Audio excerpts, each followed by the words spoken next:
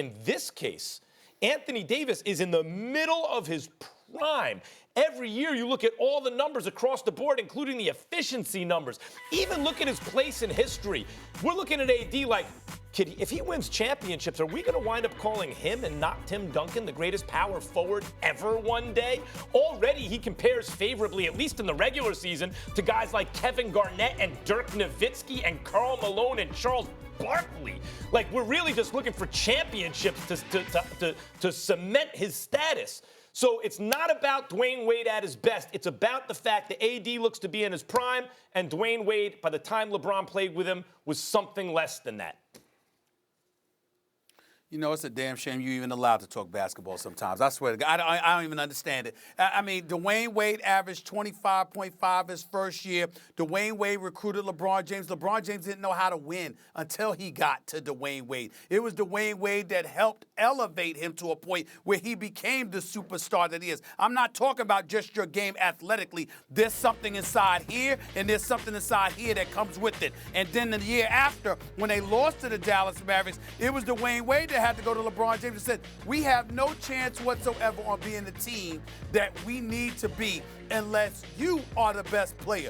You have to take control of this. We need you to step up and accept the mantle of being the greatest player in the world that you are. It's not just about your skill ability. It's about your mental and your mental acumen. It's about the heart inside of your chest. It's about peeling some of that out. Anthony Davis can't do that for LeBron James because Anthony Davis now has to get LeBron James to help him learn how to be that dude. I don't think it's just about skill. It's about the other intangibles that come along with it. And Dwyane Wade, who was an all-star or superstar at that particular moment in time with what he brought to the table, there is no question to me that Dwyane Wade at this juncture, maybe 3 years from now, whatever, we'll be singing a different tune. But at this juncture, Dwyane Wade is clearly the greatest teammate that LeBron James has ever had.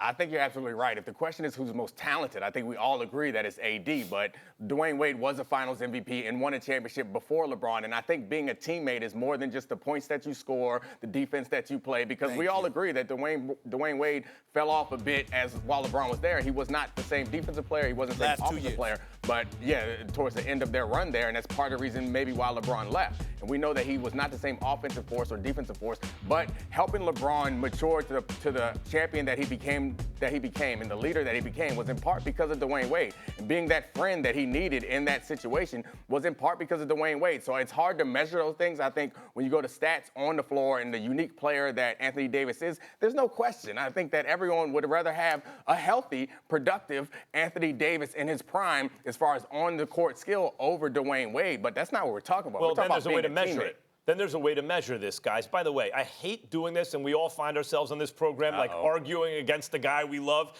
because all props to Dwyane Wade, who had the greatest finals since MJ when he won Finals MVP against the Mavs that first go-around. He's one of the baddest to ever step on the court. That said, there's a way to measure all this stuff, which Bill James, by the way, calls the BS pile, right? Like, any point we want to make, we start talking intangibles. They were together for 4 years. There was no other super team in the world back then where you could point to 3 guys of that caliber like there later was, right? Like in Golden State. There was no team quite like that. As great as the Spurs were, as beautifully as they played basketball, show me a team that had 2 MVP-level players and a third perennial all-star, future Hall of Famer, unselfish, willing to make sacrifices, guy like Bosh, and shooters that were willing to play for league minimum on a Pat Riley franchise. They went to 4 straight finals. Guys, they were supposed to do that. They lost twice. They were 2-2. If anything, if we had to be honest about what they accomplished, did it hit the mark, exceed, or maybe not quite hit it? We would say overall, as kind of ridiculous as it sounds, it was probably not quite as successful as we thought it would be when they first signed. And the only reason for that, in my view, is Dwyane Wade was past his prime.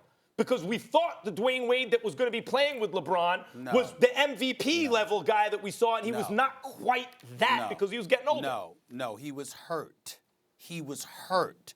If he never got hurt, then your point is valid. Sure. No, he got hurt. I don't give a damn if you're 23 years old. If you ultimately get hurt and physically you're severely compromised, that's what the situation is. And that's what happened in Miami. You bring up Mike Miller. Mike Miller dropped 7 threes in a Game 5 closeout game, if I remember correctly. The next year, he could barely stand up, for crying out loud, because his back was out. You can appreciate that, Max Kellerman. Sometimes the back goes, okay? So we see it's a situation where you got the injuries ultimately is what derailed them, which is why I say they did not underachieve. Because if they were healthy those 4 years, your argument would be far more profound. That was not the case. Well, if he was healthy those 4 years, I wouldn't have an argument. But you're also arguing against yourself. If you're saying the way that we measure that is by how many championships they won, how many championships has AD won without LeBron, and how many championships has he won so far? So you can't put him in front of him if he hasn't proven himself yet. You can't be a better teammate if the way that you want to measure is by championships, and he's won none, and no one even thinks that they're the favorite right now. Dominic, clearly, I'm not talking about the track record of him as teammates. No, that's the question. We're talking about a 4-game sample. Yeah, no kidding. We can talk about he has not proven it yet. We can talk about their careers. We can talk about their careers prior to LeBron joining them, and no one would argue that Wade didn't have a better career up until that point. AD was not on a championship caliber team in New Orleans. Let's be realistic about this. You're the one that brought up, you're bringing up 4 games now, Max. You're the one that used the 4-game sample to say there was a better teammate than Dwyane Wade. AD and LeBron, who's on the downside, in a league where many teams have 2 superstars on them, unlike the league back then, it is not an apples-to-apples comparison. AD, based on his play in recent years, is in the middle of his prime, which should continue for the foreseeable future. Dwyane Wade was not the brand name Dwyane Wade that we thought LeBron was signing up with. He was still an all-star, but he wasn't an MVP caliber player anymore. So if you want to bring in teammates showing LeBron how to win, fine. I'm talking about how good they are at the moment LeBron signed.